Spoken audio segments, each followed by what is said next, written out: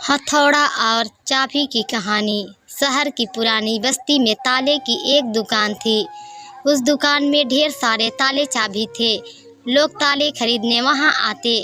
कभी कभी मुख्य चाबी गुम हो जाने पर डुप्लीकेट चाबी बनवाने भी उस दुकान पर आते।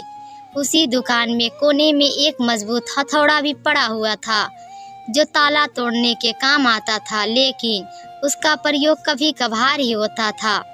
कोने में पड़े पड़े हथौड़ा अक्सर सोचा करता कि मैं इतना मजबूत हूँ, इतना बलशाली हूँ, इसके बाद भी इतने प्रहार झेलता हूँ, तभी ताले को खोल पाता हूँ। लेकिन चाबी इतनी छोटी होने के बावजूद किसी भी ताले को बड़ी ही आसानी से खोल लेती है। ऐसा क्या है इस छोटी सी चाबी में? एक दिन जब दुकान बंद हुई तो उससे रहा ना गया। उसने चाबी से पूछ ही लिया, चाबी बहन, मैं बहुत दिनों से एक बात सोच रहा था, किंतु बहुत सोचने के बाद भी मैं किसी निष्कर्ष पर नहीं पहुंच पाया। क्या तुम मेरे एक सवाल का जवाब देकर मुझे निष्कर्ष तक पहुंचने में मदद कर सकती हो? पूछो भाई, बन पड़ा तो तुम्हारे सवाल का जवाब मैं तुम्हें अवश्य दूंगी।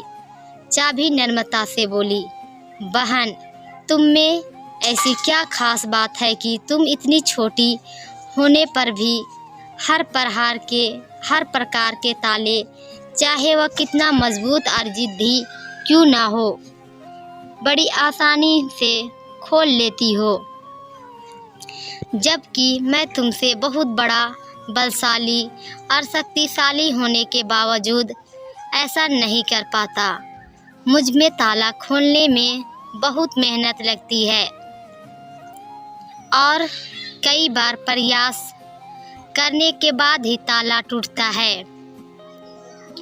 चाबी मुस्कुराई और बोली, बहुत ही साधारण सी बात है हथौड़े भाई, तुम ताले पर प्रहार करते हो, इस तरह तुम उस पर बल का प्रयोग करते हो और खोलने के प्रयास में उसे चोट पहुंचाते हो।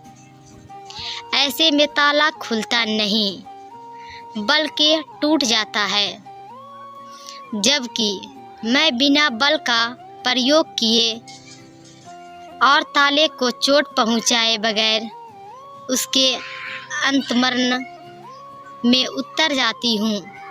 इसलिए मेरे निवेदन पर ताला तुरंत खुल जाता है।